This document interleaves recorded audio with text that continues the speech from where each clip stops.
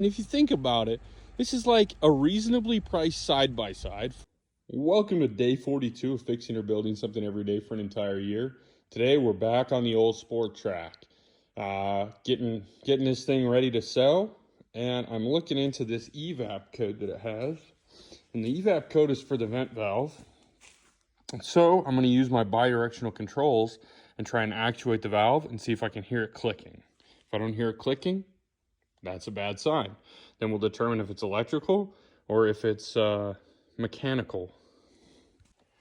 Everything I know tells me it should be back here on top of the fuel tank somewhere.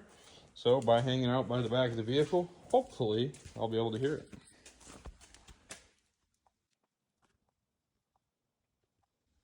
I don't hear anything. Now's the fun task of actually locating the valve itself. All right, this is our evap vent valve. Seems like it's not mounted how it's supposed to be. And I just can't seem to figure out what would be the problem with it. Easy fix. Got that vent valve wire buttoned back up or patched up. And now we're taking it for a test drive to see if it decides it wants to be happy or if there's actually a problem with the evap system. Made it back from our test drive. She ran great. No check engine lights on. Scan tool's dead, so I'll have to charge that before I can check for sure. But man, clean unit, honestly.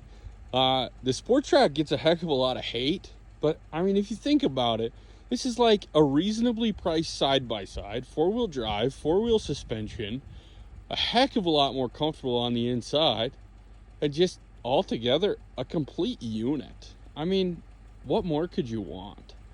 Anyway, it's a little muddy out right now, so every time I drive this thing, it gets dirtier. So what I need is for it to be frozen either maybe late tonight or sometime in the morning, probably Saturday morning.